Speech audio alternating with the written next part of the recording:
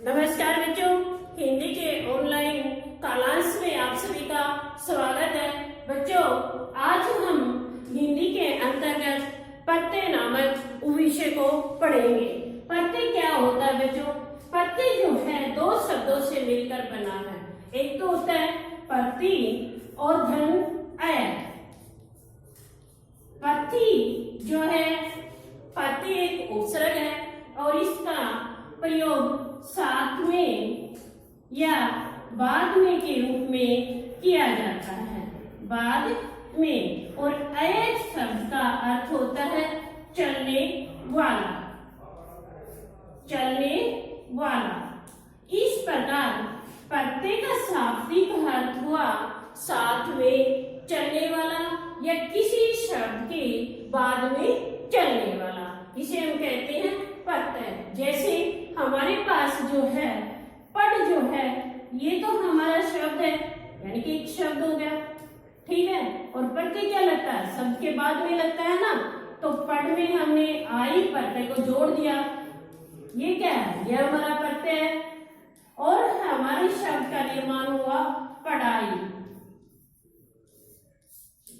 इसी तरह हमने लिख ले लिया।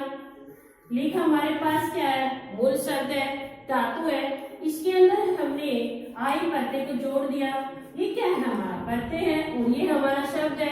और हमारा शब्द का निर्माण होता है लिखाई, ठीक है बच्चों। ये जो हमने पढ़ा, प्रत्यय क्या होता है, उसका क्या अर्थ होता है और प्रत्यय कैसे लगता है। प्रत्यय जो है किसी शब्द के बाद में लगता है। अब यदि हम कहते हैं प्रत्यय की परिभाषा क्या होती है? प्रत्यय जो होता है एक शब्दांश होता है। शब्दांश क्यों होता है? क्योंकि हिंदी भाषा के अंतर्गत प्रत्यय का स्वतंत्र रूप से प्रयोग नहीं किया जाता, इसलिए हम प्रत्यय को शब्दांश कहते हैं। शब्दांश क्या होता है बच्चों? शब्दांश होता है किसी भी शब्द का अंश, यानी कि जिसका प्रयोग किसी अर्थ के प्रयोग के रूप में किया जाता है, उसे हम क्या कहते हैं? शब्दांश कहते हैं। अब इसकी परिभाषा हम लिखते हैं तो क्या लिखते हैं? वे शब्दांश, या कहेंगे हम जो शब्दांश,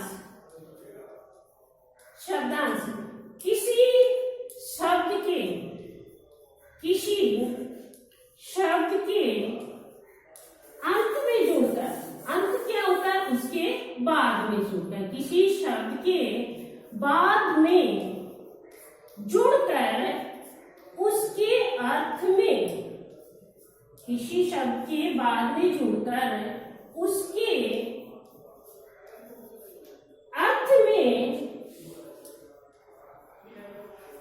परिवर्तन कर देता है, या कहें कि हम विशेषता ला देता है। परिवर्तन या कहें कि हम विशेषता ला देता है,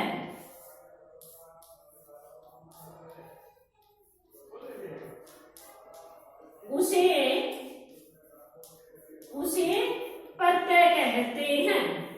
क्या कहते हैं? प्रत्यय कहते हैं। जैसे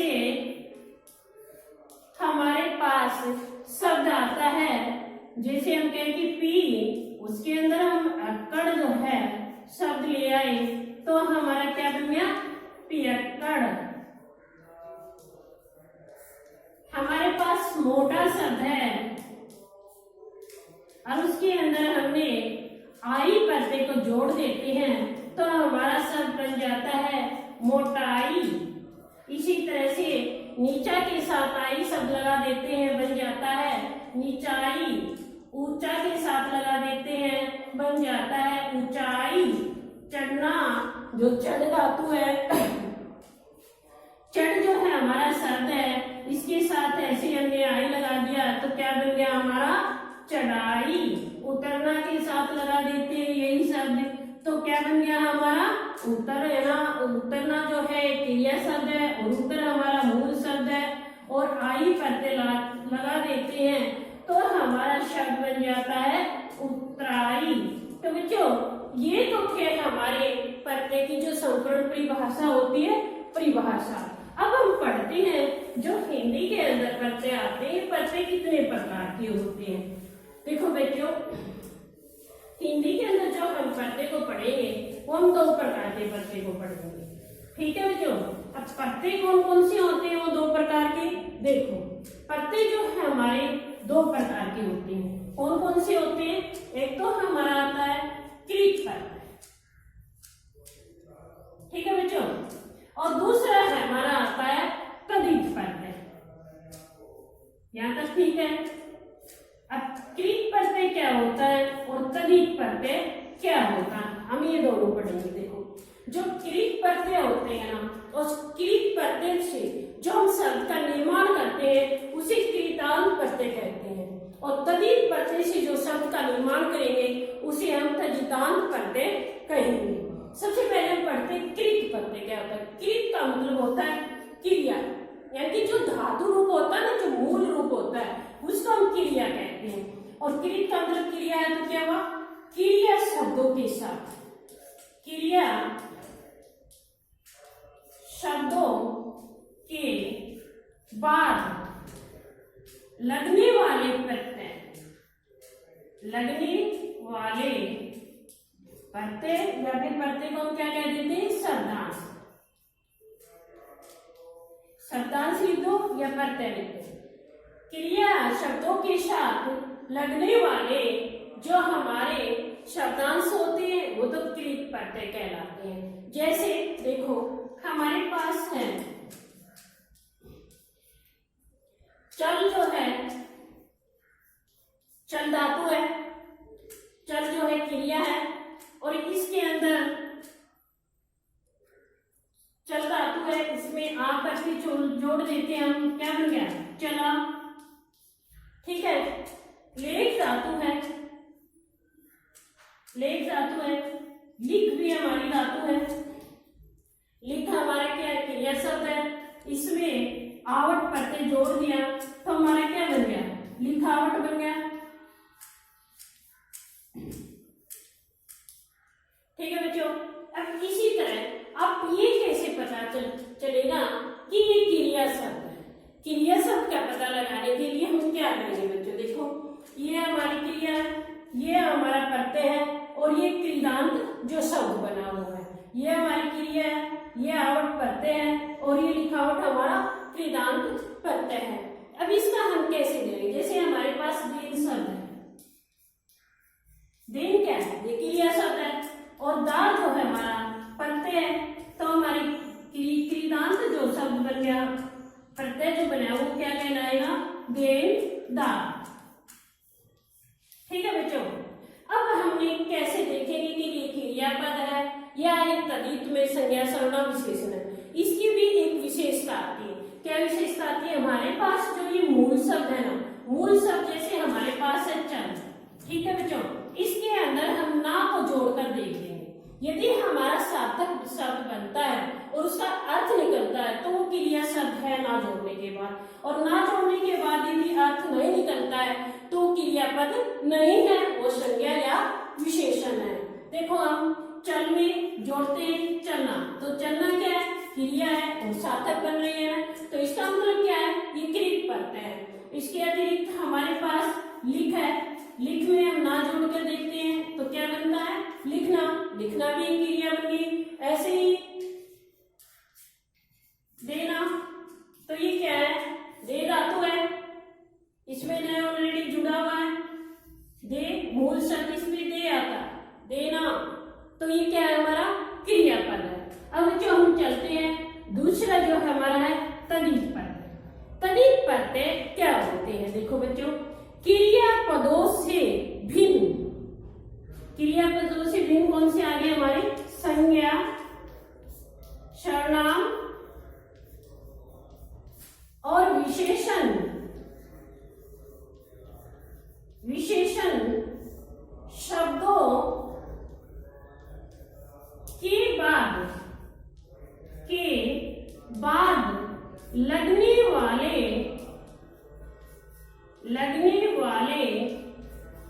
शब्दांश को तद्धित प्रत्यय कहते हैं।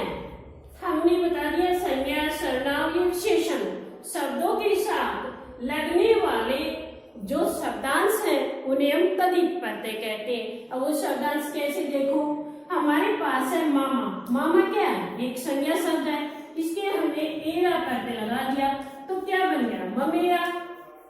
ऐसे ही चाचा शब्द है, चाचा के पीछे एरा शब्द लगा दिया, हमारा शब्द बन जाएगा चचेरा।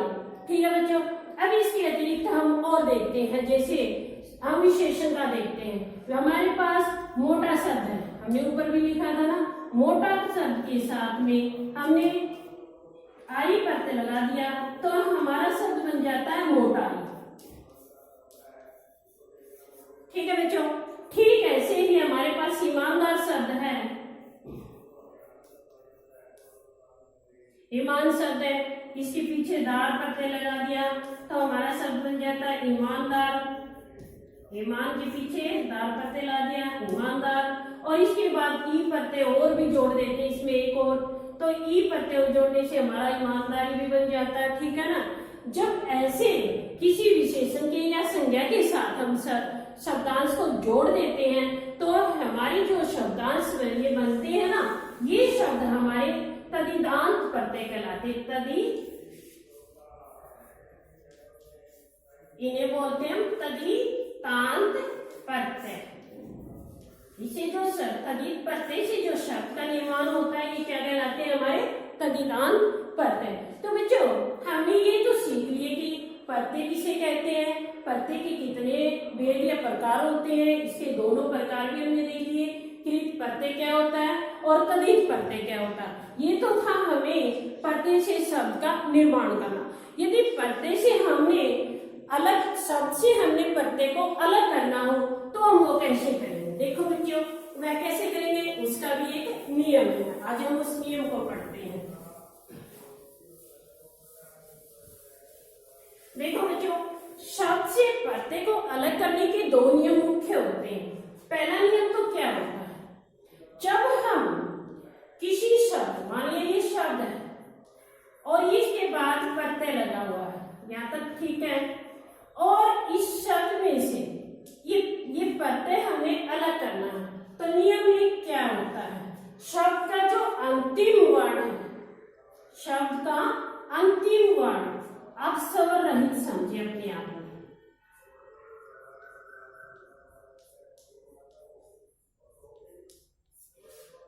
कैसे समझोगे, ये शब्द है, पहले शब्द आ गया, उसके बाद ये प्रत्यय आएगा। ये प्रत्यय कौन से आएंगे, स्वर युक्त प्रत्यय आएंगे। ठीक है। कुछ प्रत्यय हमारी हिंदी में ऐसे होते हैं जो स्वर से आरंभ होते हैं। ऐसे प्रत्यय को जब हम शब्द के साथ में जोड़ते हैं तो जोड़ते हुए क्या होता है, हमारा जो प्रथम शब्द है उसका अंतिम जो वर्ण होता है ना, उसको हम स्वर रहित कर लेते हैं। कैसे करोगे, देखो जैसे हमारे पास पढ़ है तो इस पढ़ को क्या करते हैं, स्वर रहित कर लेते हैं, आई इसमें जोड़ देते हैं तो क्या बन जाता है, पढ़ तो हमारी धातु थी, आई को हम क्या करते हैं, आई को ये आ शब्द जो है ये खड़ी पाई मात्रा के रूप में ले आते हैं और पढ़ाई, लिखाई, मिठाई, चढ़ाई, ये सारे शब्द हमारे ऐसे ही बनते हैं। तो हमने क्या करना है, पहला नियम तो ये याद रखना है कि उसको स्वर रहित करना।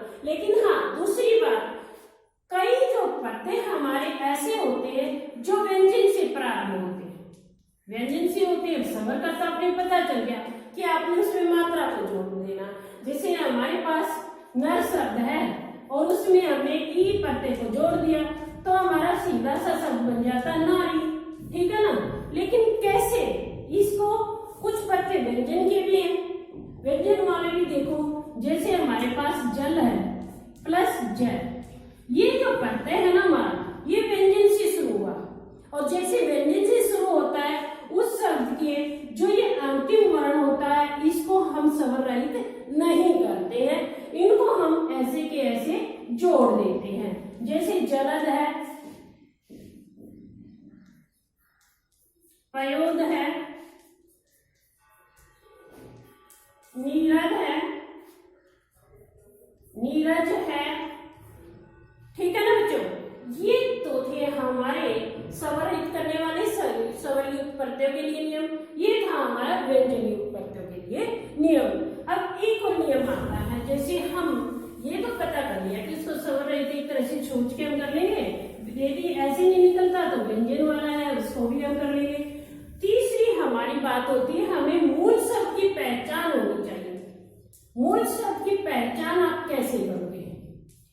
जब तक हमें मूल शब्द की पहचान नहीं होगी, जब तक हमारा प्रत्यय को अलग करना मुश्किल हो जाएगा।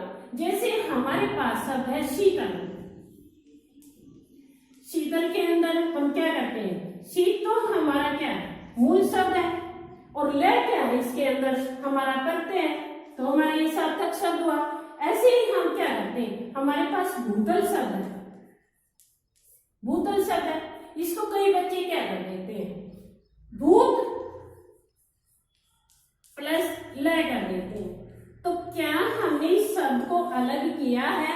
और करने के बाद जो प्रथम जो हमारे पास शब्द निकला, इसका और इसका जो अर्थ मिलाकर हम करते हैं वो सार्थक है। देखो भूत का अर्थ तो यहाँ बीता हुआ, यानी कि जो बीत चुका, और यहाँ भूतल का अर्थ हुआ जमीन के नीचे। तो इसका मतलब क्या है? हमने इस प्रत्यय को अलग किया है, यह हमारा निरर्थक है, यानी कि गलत है। इसके लिए हमें क्या करना पड़ेगा? यहाँ पर भू जो है जमीन भूमि है, और तल जो है इसमें प्रत्यय लगा हुआ है। तो इस तरह से ये प्रत्यय का निर्माण होता है भूतल। ठीक है बच्चों, क्यों? क्योंकि इसका जो मूल शब्द है ना वो भू है, न कि भूत। इसलिए हमने प्रत्यय को अलग करते हुए उसके अर्थ को भी समझ लेना आवश्यक है। अब ऐसे ही है हमारे पास, जैसे हम शब्द लेते हैं अगला, हमारे पास आंचल शब्द आता है। आंचल शब्द पढ़ लिया हमने, तो इसके अंदर हम क्या करते हैं?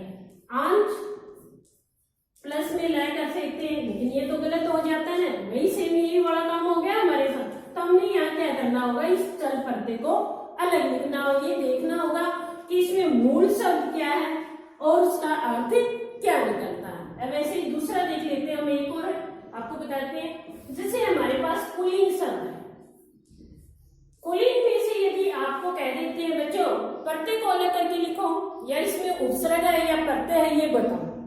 यही बात आई, मैंने आपको उपसर्ग भी समझा दिया, राष्ट्र प्रत्यय भी समझा रहे। आपसे ये पूछ लिया जाता है कि पुल्लिंग के अंदर उपसर्ग है या प्रत्यय है, तो आप कैसे बताओगे? आपने क्या करना है? इसको जब हम अलग करके लिखते हैं तो पुल्लिंग का जो वास्तविक अर्थ निकलता है उस वैसा ही अर्थ इसमें निकलना चाहिए। जैसे हम लिख देते हैं को शब्द लिखते हैं, को जो है हमारा उपसर्ग है, और को का अर्थ क्या होता है? बुरा होता है, और इसमें हमने प्लस लीन लगा दिया, तो लीन क्या होता है? लीन का मतलब तो मगन होता है, ध्यान मगन जो होता है। बुरा मगन, क्या इसका अर्थ बुरा मगन है? नहीं है। कुलीन का मतलब क्या होता है? एक संभ्रांत वंश होता है, यही होता है। तो इसके लिए हमारा ये उपसर्ग तो गलत हुआ। अब इसको प्रत्यय कैसे निकालेंगे? प्रत्यय निकालने के लिए हम मूल शब्द को देखेंगे। कुल क्या है? कुल एक वंश होता है ना, और लीन इन जो है इसमें प्रत्यय लगा दिया, तो ये हमारा प्रत्यय है और ये हमारा मूल शब्द है। तो बच्चों आज हमने पढ़ लिया प्रत्यय क्या होता है, उसके भेद कितने होते हैं, कृत प्रत्यय क्या होता है और तद्धित प्रत्यय क्या होता है, इनको अलग कैसे करते हैं और इसके साथ शब्द का निर्माण कैसे करते हैं। तो थैंक यू बच्चों। जो हमारा कुछ रहता है ना विशेष प्रत्यय, वो हम अगली वीडियो में पढ़ेंगे। कितनी बड़ी